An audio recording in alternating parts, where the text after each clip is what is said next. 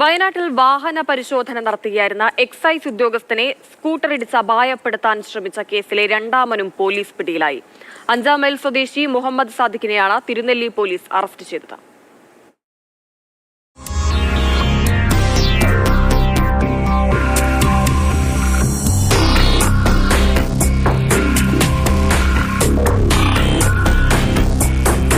Excise ഉദ്യോഗസ്ഥനെ ഇടിച്ചു വീഴ്ത്തിയ സംഭവത്തിലെ 1-ാം പ്രതി ഹൈദരലിക്കൊപ്പം സ്കൂട്ടറിൽ യാത്ര ചെയ്തയാളാണ് Muhammad Sadiq.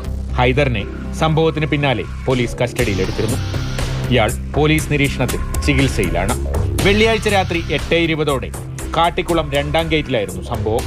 Mananthavady excise circle inspector Sajith ചന്ദ്രന്റെ നേതൃത്വത്തിൽ വാഹന പരിശോധന നടക്കുകയായിരുന്നു.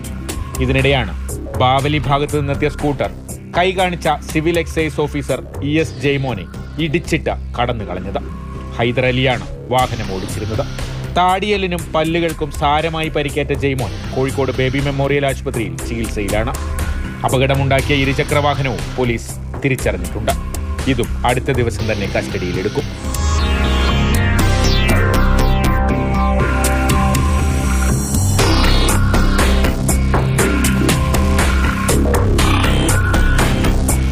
മാതൃഭൂമി ന്യൂസ്, വയനാട്.